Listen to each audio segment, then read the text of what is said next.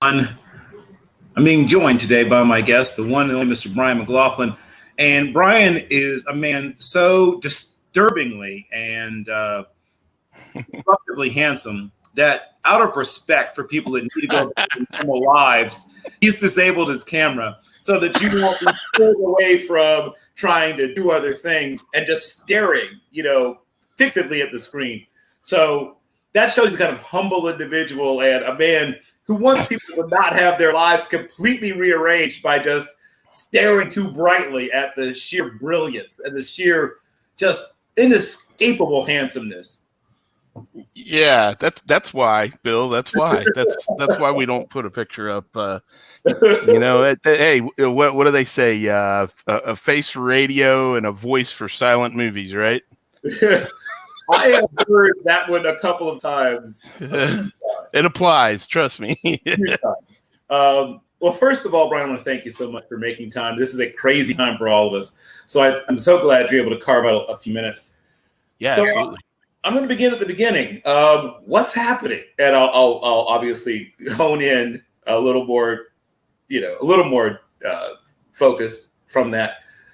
There are everyone's focused right now on the quote unquote big schools, Power Five, particularly, what's going on with Pac-12 and Big Ten playing in the spring, ? We'll see if that happens. And then obviously the teams that are soldiering on, at least thus far, towards trying to play in the fall. People have paid precious little attention to most of the college football, right? I mean, that's a small percentage. That's like, walking into a room and saying, oh, I only see redheads, and thinking that redheads somehow represent everybody. Right. Right. So let's talk about the rest of college football, those that are playing at the FCS, Division II, Division III, NAIA level. Obviously, sadly, a lot of those conferences, and I've already said, they're going to have nothing at all, not fall or spring. There are some who said they intend to play in the spring, and a few, not many, but say they intend to play in the fall. Walk us through it, sir. You mean you want to talk about the schools that don't bring in $100 million a minute? I mean, it seems crazy and a waste of time, but Brian, I'm here to waste time to be crazy. Yeah. So, like you said, I cover the FCS level, which is kind of in tweener land in a lot of ways because, we like to say, we get NFL draft picks at this level. We have teams that can go to a Big Ten and win a game, It's happened several times over the last 5 to 10 years, We have teams that can get ESPN Game Day on campus. That's happened a lot this past decade. So, this is big-time ball, but they don't have a big TV contract. They don't have any TV contract. That's big. And so, believe it or not, imagine this, old school college football fans, they actually make their money from tickets. And so when you can't sell a lot of tickets, you got a problem. And football going into the red it really doesn't make a whole lot of sense, And when you think about the schools, that you and I, pay attention to, this may be a smaller version of football than Ohio State and Clemson, but they still sell a lot of tickets, and it does help boost the overall budget at a school. So you're going to go into red with your cash cow. It just doesn't make a lot of sense, and so you understand that no matter how much the kids want to play, and trust me, they want to play, and I don't blame them. They're competitors. I get it. The coaches off the record when they don't have a camera in their face, man, they're just like the players. Big shock. They were players a couple years ago. I mean, they want to play. But the truth is when you get into what the NCAA handed down as far as protocol you got to have to get out on the field, there's only a handful of schools, even at our level, which is Division I, that can afford to do it properly and still maybe make a couple dollars too. Right. And that's really what we ran into. We waited a long time, and the vast number of decisions have come down in the last 10 days, and it changes every 15 minutes. I'm telling you, man. Which is why I came because you seem to be able to somehow keep track of it. I got thoroughly confused. There are some schools I thought for sure said they weren't, and I heard they were. playing in the Yeah. fall. There's a couple that I thought were staying in the spring that said they may not be playing at all. So my heart obviously is deep into this, but especially HBCUs. I went to an HBCU, and I'll let you on. I'm probably not much of a secret. A lot of them depend seriously on what I call the butt whipping games, where you go somewhere and take a butt whipping, but you leave with a $4,000 check. That you need to keep playing football, quite frankly, in some cases. I mean, I'm not going to let you too far into the weeds, but for those who actually understand how athletic budgets work, there's a whole lot of moving things around and occasionally robbing Peter to pay Paul and robbing Paul to pay some other guy. At this level, right, FCS and below, it may not have to happen at Auburn, Alabama, USC, UCLA, et cetera. But, I know places where they've got to get creative. And this pushes it beyond just the scope of creativity. So I'm going to talk a little bit about HBCUs and tell me things you've been hearing. So much of the HBCU schedule is built around quote unquote classics, right? Games that you're able to sometimes go to a neutral site, charge way more than a normal ticket price to a bunch of people, many of them alumni and some of them not, but people who want to see this game, and they go. Some of them go. 25% probably go to see the Battle of the Bands, but the other 75% are there to see a game. Why not, man? Why not? Right. To be 100% honest. I've seen games where the band said, "Okay, our team lost, but our band won." I've been to these. So, talk to me about what has happened to my schools, the schools that I'm most near and dear to, the HBCUs, with what's happened with this. Well, first of all, I worked before I got into digital sports. I worked in Tallahassee and Daytona Beach, so I was around Florida A&M and Bethune-Cookman a good bit. In fact, I covered high school games in those stadiums and covered kids who were picking those schools and knew the coaches. And actually, Willie Simmons at FAMU, I covered him in high school. That's how old I am. And Willie was a great quarterback in the Tallahassee area at Quincy Shanks and went on to Clemson and the Citadel at the end. And obviously he's doing great things there. So I talked to Willie a good bit just off the record from time to time. And I know how disappointed he was because, Florida A&M looks awesome on paper. Just loaded as good as 20, 25 years ago loaded. And so, I don't know that the HBCUs are really any different than any of the other schools at the FCS level who, like you said, depend on those payout games. There's no question that when you can make, $500,000 or $750,000 in one afternoon, that's obvious. Okay, there's two parts of it. Obviously, that's big. The other thing about Alabama A&M going to Auburn is when you're recruiting a kid and he is a good enough player to be a Division I guy, but he wasn't recruited by Auburn and Alabama. Now, look, do I think Alabama A&M is going to go to Auburn and win? No. But how about you do you think it's hard to get them fired up for a game like that? I mean, number one, you get to play against Auburn, who you grew up either liking or hating or whatever, if you're a kid from Alabama. Number two, it's proving they made a mistake. And we all know, hey, do I need to say Titus Howard? Do I need to say Darius Leonard? I mean, how many names do I need to throw out there? I mean, Hargrave made himself some money when he played against some ACC and some SEC schools. That's right. Ask South Carolina about Javon Hargrave. Javon Hargrave. I mean, we could go on and on with the list of names, that just ate them up. And we have a couple this year, that I think could have that potential to be looked at by the NFL this year. Yep. So there's your chance, because I can tell you NFL scouts, first film they look at, if you're at Alabama State or Alabama A&M, or if you're at South Carolina State when you played Clemson, that's the very first film they're going to pull up. And if you played well, considering that it's a mismatch, I mean, they have 25 more scholarships. They've got all the 5-star guys, supposedly. It's an opportunity to impress, in those games. So along with the fact that your school's going to maybe make half their budget for the entire year, it's an opportunity to prove yourself against NFL level talent. That's what they tell everybody. and do it maybe on national television. Maybe ESPN2 broadcast your game at 8:00, and you get that chance to play against Nick Saban's team and prove yourself. You have that and prove yourself that maybe you belong there.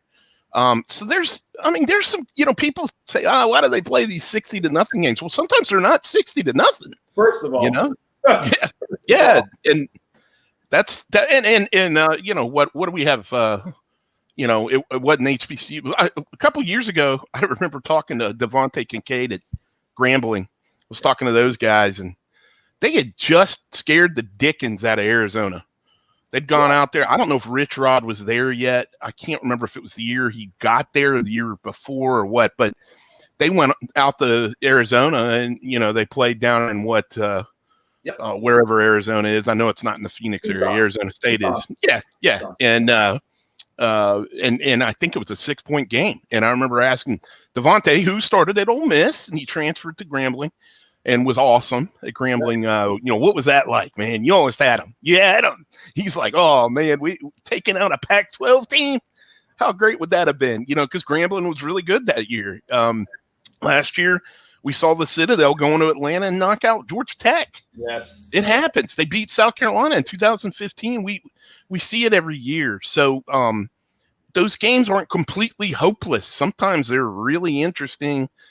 Yes, they make some money and they get an opportunity to get that film for the individual kid who has a dream. Just give them that one chance, so many times for our level, it's one strike and you're out, but can you just give them one strike, please? And so those are all I think those are a lot of things to consider with those types of games. But yeah, it is a financial struggle for, I think, everybody. Yeah. Right. Obviously you've got NDSU, which is sort of almost like an exception to every rule discussed. Yeah. But once you get beyond them, I've had people who transferred, I won't name the school they transferred, but transferred from a Power 5 institution, got the issue and said, I think they may have slightly better facilities than the ones I get from. So they are sort of an exception. But most schools, even some of the good programs, Richmond's a solid program, but they don't have all the things that you have going. Some schools, Clemson's probably spends on private jet fuel what some of these schools' entire life is. Right. So that's a whole different thing. And I have to touch upon, you mentioned chance to play against top flight competition. I have to mention the transfer portal. James Mass has lost a couple of killers. A bunch of schools have seen guys. Oh, man. Yeah. On that. Drill Cox made his move long before COVID-19 and this other stuff happened. But sure. Yeah. Walk me through some of the ones that you feel are notable. And especially if you get a chance to actually, show up and show out at their new institution. Yeah, Bill, hold on for a second. Let me pull up my All-American team from May because I think they all left. And I really don't blame them, but I could tell you when Sam and I were, putting that together in the spring, we sure as hell didn't think we were going to lose them all.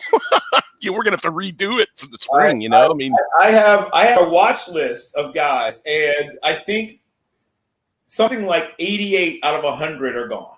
I think I've got 12, and I'm not sure about the 12 that I have, but I think you're right. A lot of them have moved on. Well, it's you brought up a couple schools. Villanova was hit hard by this, Villanova had their best team in 10, 15 years. There's no question this Villanova team was, to me, a top 5 team on paper. And, they lost Paul Gratton to UCLA, Jenga Hodge, Virginia Tech.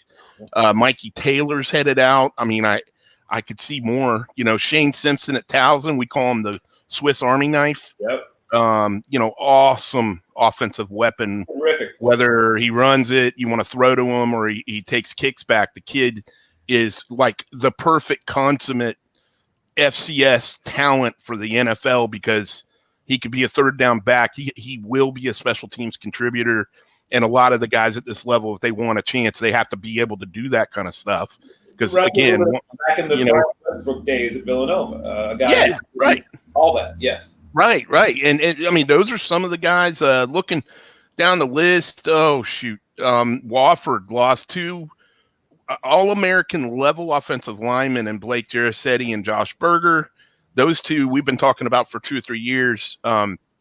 You got Cade Johnson up at South Dakota State, who has not actually picked his school yet. He just announced in the last couple of weeks.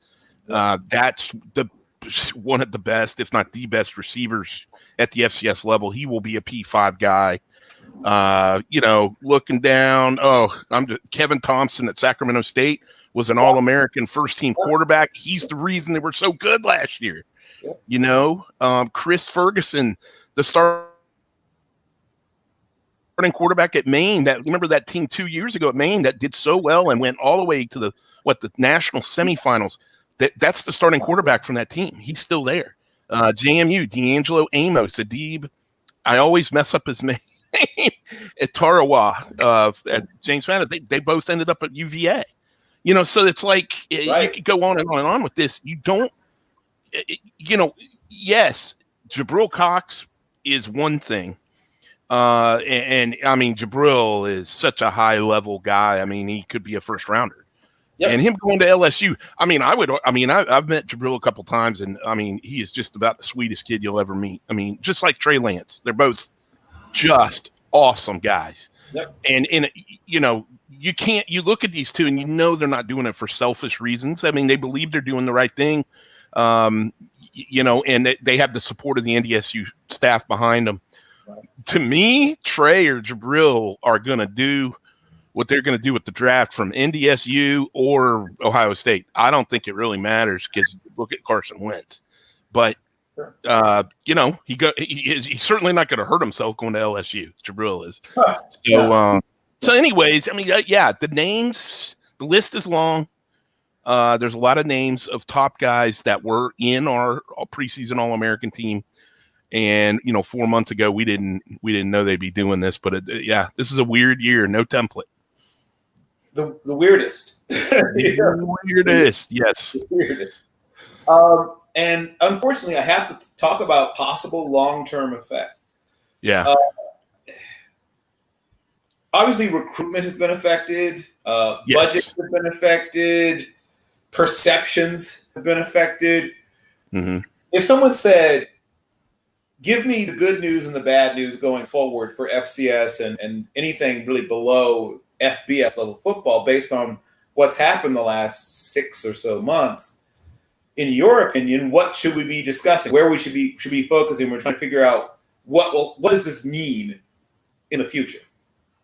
It's a good question. I'll tell you what, I'll touch on that recruiting nugget you mentioned, because I think one thing that's been a discussion topic off the record with coaches and stuff has been, you'll never hear a coach come out and say this publicly, but, just chatting with them, they'll notice that some school is offering, 100 guys at the FCS level.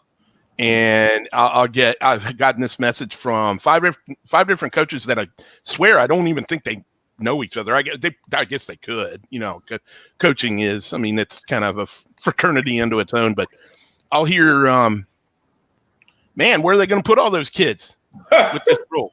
Where are they going to do it? How do you know how many kids you can take right now?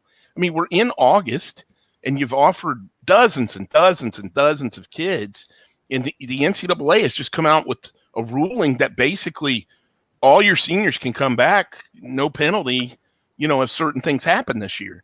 So, once again, here we are talking about how Clemson and Ohio State and Alabama, this is great for them. They got all the money in the world to afford those extra 20 scholarships. Sure. But what about our level? What about the level we love? They don't have 20 scholarships worth of money waiting around to say, okay, great, we can keep 6 classes now.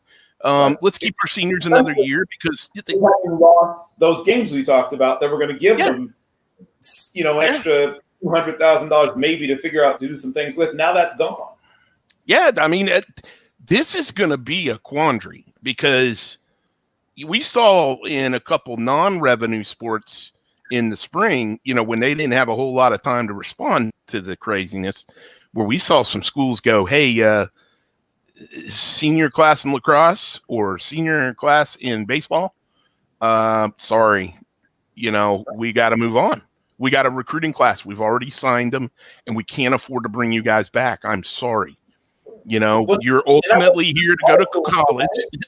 What's that, Bill? That was small schools. Didn't Wisconsin do that? Yeah, a lot of schools did that, and I think, you know, it was obviously not the greatest PR day for those schools, but what, you know, can they keep a senior class of 10 to 15 baseball players another year just because they want to play a year from then? And that was the problem they ran into. Well, that's because we didn't have a whole lot of time to react. You know, all this mess started really brewing in mid-March, and it's like, what do we do? And the immediate reaction from schools before the NCAA, who takes, you know, 3 years to decide what they're going to have for dinner, you know, to come down with the decision and say, no, you can keep these baseball players. They're, you know, we're not going to hold you to, you can have X number of baseball players on scholarship. Keep the seniors, bring in your recruits. And who knows, some schools still might be like, we can't afford that. But at least it would be up to the schools that, hey, we're not going to penalize you if you keep those seniors. Well, I think a lot of schools were just like, well, we can't keep you another year. You're not going to be eligible. We got to let you go. Well, now the NCAA has opened it up because they had, again, 6 years to talk about what they're going to have for dinner and realize what the implications of their announcements and decisions are. And they made a smart decision. And if they had made anything other than this, they would have been, you know, crucified for it in the media. But they said, you know, we're not going to penalize kids because of the way this year's going. But again, that really does open up that Pandora's box about recruiting. Because, okay, great, the seniors can come back another year. Well, if you're not, okay, well, do I bring in half as many recruits? Do I bring in 5 recruits? And, you know, what's going to happen to us 3 or 4 years down the line when we're out of depth because of it? So this rule is great for Clemson, but for the schools at the FCS level, they may have a real problem with depth in 3 years because, you know, are you really going to cut all the seniors because of this year and not let them have that extra year? It's just like, it's like every decision creates 10 more questions. Right. What are we going to do? And it's almost like lose-lose in every situation. I mean, I feel for the people that are making definitive decisions right now, because at least they're saying, look, we've got to be leaders. Let's do what we think is best and what's right. And just deal with the, you know, the backlash if it doesn't look real good, or if down the line it really ended up being a disastrous decision. I mean, you got to feel for those people. For the people who want to hem and haw and sit on the fence like the NCAA, I don't feel for them at all. That's not leadership, you know? Right. So I know that's a big rant, but that's the way that's the way it appears to me. You know, there's a lot of new questions. Sure. If you're at the Pioneer League, right? I mean, I'm not trying to pick on them. Let's choose one, right? I could have picked it. But, I mean, it's one thing if you're Missouri Valley. It's one thing if you're the CAA. When you're the Pioneer League, right, and you don't even have any butt-whooping games, really. You know what I mean? Like, there's no carrot. It's all sticks. You know what I mean? Like, there's no upside for you. There's nothing. You can't have fans in the stands. You can't sell. You know what I mean? There's nothing. How what can you do? You know what I mean? Like, what you're already, I mean, no offense, but you're usually playing in front of family and friends under the best of circumstances. When things are going well, you've got 4,000, 3,000, 2,500 in the stands. Right. You're not on television. Pretty much no. Ever. No, not at all. Right. Yeah. So, I mean, we always talk about inequities in certain things. And the difference between the top and the bottom is so stark. Not just in football, right? But even within, like I said, even within FCS, the difference between top and the bottom is pretty significant. Yeah. When you are talking to someone at the Pioneer League, or I shouldn't have just picked them, but they just came to my mind quickly. One of those where it really is about playing football because you love football, guys. You know, yes. Maybe 2 or 3 kids every year stick on a 53, but you know, this is not your path to the league, I guess. No. Or that should not be why you chose, I guess. Right. It should not be why you chose this. I'll put it that way. Right. if you were talking, or I assume you are talking with people from some of these leagues where no one makes money on football anyway, really, and now you have this happening, what are they saying about what this means for them even beyond this year? Or do they know? Leagues like the Pioneer, which is non-scholarship. Right. Speaking of apples and oranges, like you're saying, a lot of times I don't feel like they're as disturbed by this stuff as the ones who, and I'm not saying the Missouri Valley is reliant on this. It's just a big part of their college experience, Sure. To play ball at the Fargo Dome or whatever. Yeah, when you get into the Pioneer, and you talk to their coaches, it's different. I mean, they don't even make any bones about it. They want you to know it's different. It's non-scholarship ball. You got to really want to be out there. Yeah.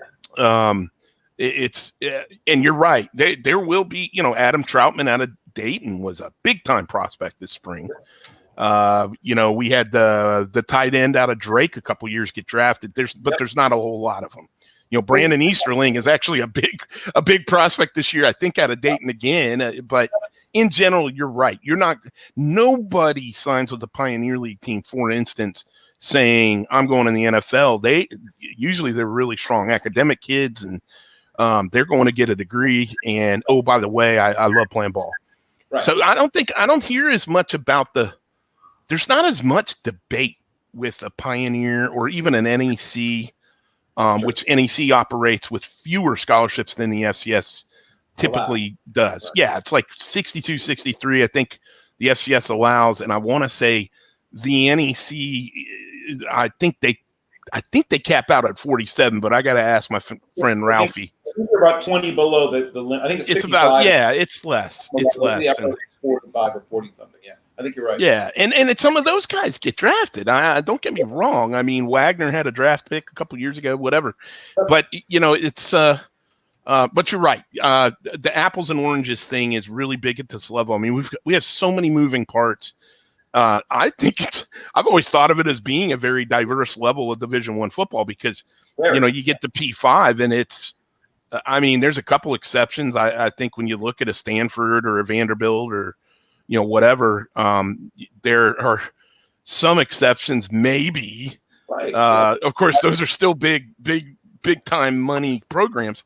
Right. You get to our level, and the Ivies are doing their thing. The HBCUs have chosen to have a bowl game. Right. And kids talk about winning an HBCU national championship. Now, some of them would like to play in the playoffs too, and some of the Ivy League kids would like to play in the playoffs too. But it's just different, and what you're getting yourself into when you sign. And this is what we're working for. The Pioneer League, they have an automatic bid, but for the for the most part, they get hammered. San Diego is an exception to that, by the way, but for the most part, they get hammered.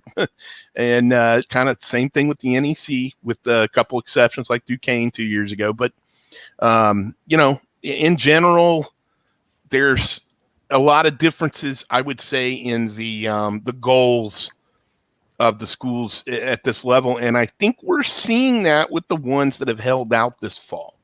Right. Central Arkansas is hell bent. They want to play a full schedule. They don't want to play in the spring. Right. Even though their conference held out to the last second and then moved it to the spring, UCA doesn't want to play in the spring. They have their reasons, and they have every right to do what they want to do. So a lot of different agendas, I guess you could say. Well, let me just ask. I saw some stuff about UCA, but I wasn't sure I understood what exactly it all meant. So are they going to try to put together an all non-conference schedule? How's yes, it's all non-conference. Yes. Yeah. Although a couple of their conference teams are opting to play those non-conference games they're allowed to play. And if you remember, it's kind of like the redshirt rule. My understanding is if you play 4 games or fewer, like the redshirt rule the last couple of years, you still retain your eligibility till to the spring. Or if you don't play in the spring to next year. Now, if you play, I think some of the schools will play a couple money games this year, put the money in the bank, and then they'll play their conference games in the spring and then have the chance to go to the playoffs if they have one. UCA has decided to do something that I haven't seen anybody do at all. Nobody else has even teased the idea of playing more than 4. But UCA flat out told me yesterday we're going to play 2 home games because they're not going to make money at home. I mean, they're not going to be able to put a lot of people in the stands. Sure. So I don't see them making a lot of money at home. But, they did that home and away with Missouri State. They're going to do a double header. Who does that? They're going to do that. Very often. It's pretty unique. Yeah, talking about going back in the day, but the last time that kind of stuff happened. But they said that they're going to play 2 at home, which will probably operate at a loss, but the kids will get to play. And they have some ballers on that team. Robert Rochelle is a draft pick, period. Yes. Yeah. They are like the DBU in my mind. They are. Yes. Are there at least 3 guys on NFL rosters from the last few years at their school? Yes. Yeah. Central Arkansas has talent. Yeah. I mean, Braylon at quarterback is an All-American waiting to happen. And I want to say he's just a junior and he needs to get some looks. I mean, he's the real deal. So I think that there's some of that in play because what they're going to do is they're going to play 7, at least they want to. They're going to play 7 games away. Huh. And what does that mean? Well, they're going to play, so break down their schedule. It sounds like they want to play 9 games, which they can. So they're going to play the Guardian Kickoff Classic next Saturday. They're going to play Austin Peay, which is a great program. Both were in the playoffs last year. Both won their conferences. And both are loaded again. They're going to play them in the Kickoff Classic on ESPN by themselves. They're going to have the whole country. And they're going to play them in the Cramden Bowl at Montgomery. That's how they open that up. Will there be fans? I don't even know if UCA cares because they're going to have the whole country's football-starved eyeballs on their game. And they have ballers on that team. They got Braylon at quarterback. They've got Rochelle at corner, and people are going to know who he is because, I mean, this guy might even squeak into the second round, but he is definitely at least a third-day guy. Not second round, but second day. Sorry. For me, easily a top 150 to 100 player who could push easily. He's legit. Probably one of 5 locks, I would say, for the FCS. So people love to watch that. People haven't seen football. We've been starved since March, and even more. Some people say we're starved every year. For football, and they're going to have that whole night to themselves. So there's one, feather in their cap. They'll play some games at home, probably to make the couple fans who can get in, the alumni who can get in, happy. And then they're going to go play cash games. Right. And they're not, and it's not like they're playing Texas every week. Now, they're playing FBS teams they can beat. Don't forget, they beat Western Kentucky last year. I have not forgotten. They beat Arkansas State, who they're playing this year. They beat them back in, I think, 2016. I don't know if any of the kids are left from that team. I would imagine not, unless they were red shirts. But they've beaten Arkansas State, and they're playing them. And you watch, they'll line up SMU, Louisiana Lafayette, UAB, which I think they did line up today. They're going to announce 2 or 3 more this afternoon. And from what I've heard off the grid from the coaching staff, is that they are potentially adding a game Monday that they're going to announce that'll turn everybody's heads. So they're using this, whether they're right or not, they are using this as an opportunity to display their program, play some big boys, make some money, get a stage to themselves on week 0. And they're not even going to compete with an FBS game. Remember when they scheduled that Austin Peay game back in January, week 0, you've got a kickoff classic in the Cotton Bowl. You've got, a couple teams want to play, you might have 5 or 6 games that night. And then the FCS kickoff classic ends up on, ESPN 7 or something. Right. Exactly. Not this game. No, it's not. You're not streaming this one. No, this is not a streaming game. This game is going to be on ESPN at 9:00 Eastern.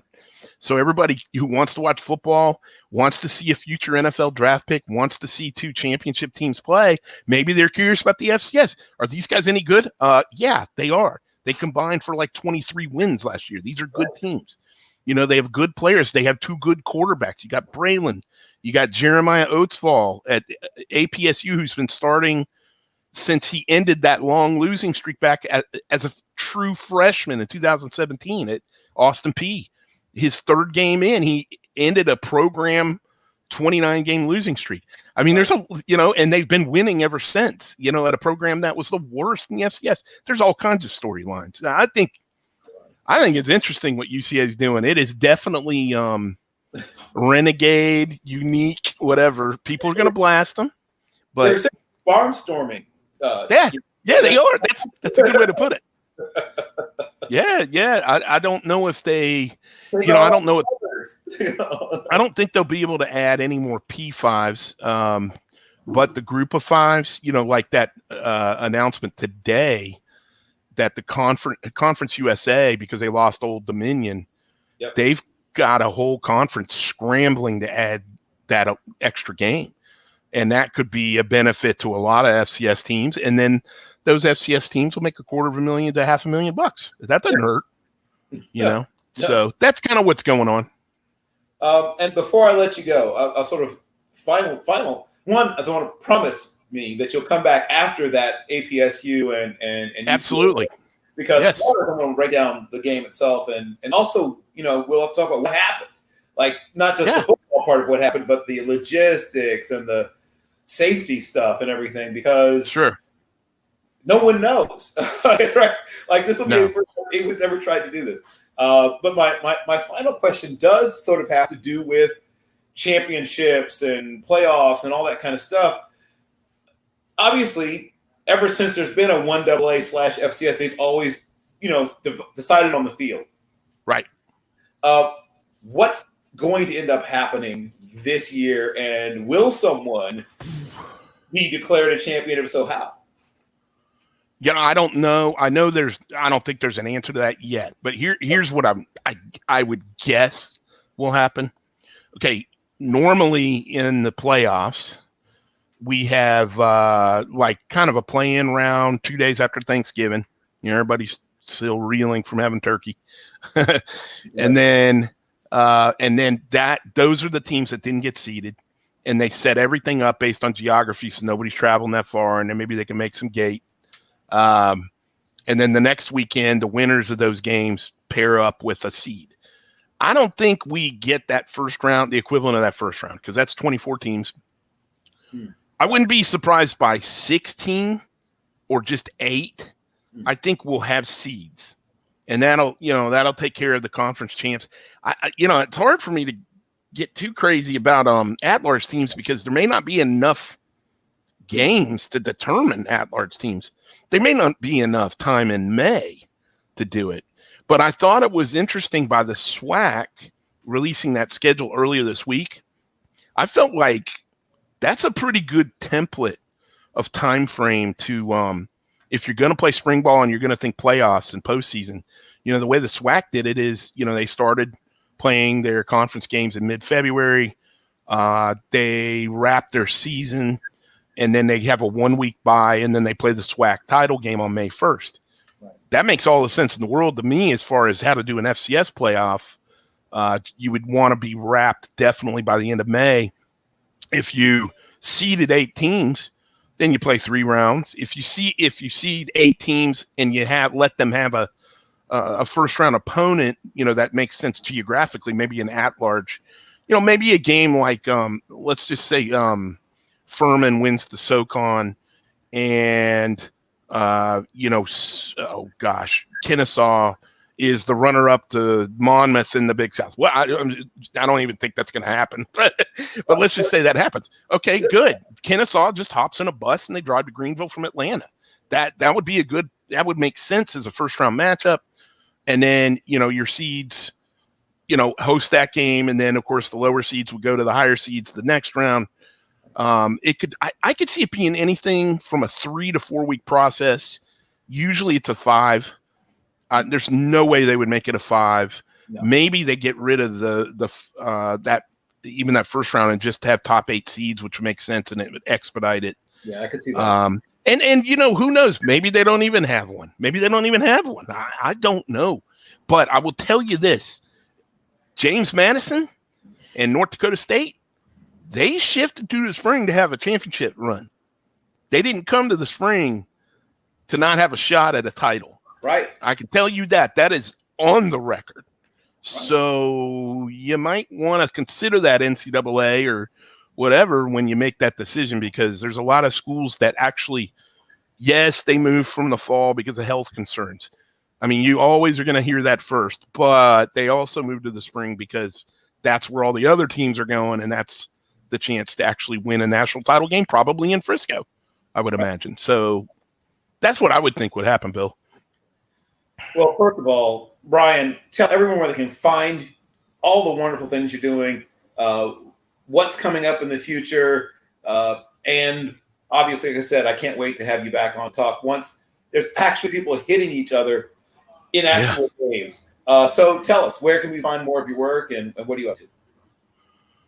Well, unlike this, if you look at my Twitter, I actually have a picture, so I'm sorry ahead of time on that. But I'm at Brian Mac Ryder. Look, we are trying to keep up with this schedule thing, which changes. In fact, while Bill and I have been talking, it's probably changed 3 times. So, I gotta jump back on and make sure I didn't miss anything. And things are just breaking left and right because teams are adding games. And FBS teams are looking for games and stuff. So we're keeping up with that, I think, as well as anybody. And we have a lot of people talking to us off the record and feeding us stuff. So sometimes we actually even break stuff. So if you want to know what's going on with that, that probably will be pretty busy over the next week or two. You can, again, follow me at Brian Mac Ryder on Twitter, or you can follow our office account, which is FCS, Hero Sports FCS. And we're all, Sam Herder does great work for us, especially with the Missouri Valley and Big Sky. Follow all of us, and we'll try to keep you up to date as best we can. And we're also going to talk probably more recruiting than we usually do in the fall. I think we'll have more time for that. And we're definitely going to talk more NFL connections with FCS this fall. That is going to be more of a focus than even we usually do, and we usually do focus on it. So those are some of the things we're going to do this fall. Perfect. Once again, I can't thank you enough. I will count the days until I have you back on. Once again, Brian McLaughlin, he's as good as it gets when it comes to FCS football coverage. I don't think there's anybody better. And, of course, Sam, I guess the two of you together is unfair that Hero Sports has you both. It's not – no one can keep up. Like, nobody can touch you. When you have both, it's like having 2 Batmans instead of Batman and Robin. Yeah, and my check is in the mail, Bill. Thank you for that. I appreciate it. Last thing you do for me, perfect. Last thing you do for me is let Sam know I'm looking to have him on at some point in the near future as well. Okay. Yeah, Sam's great. You'd love to have him on, and he knows his stuff. So yeah, I will pass that on to him today. Thank you. Once again, I cannot thank you enough. First of all, stay well, stay safe, and keep doing all this amazing work you're doing around FCS football. I appreciate it, sir. Thank you. We'll be doing this again soon.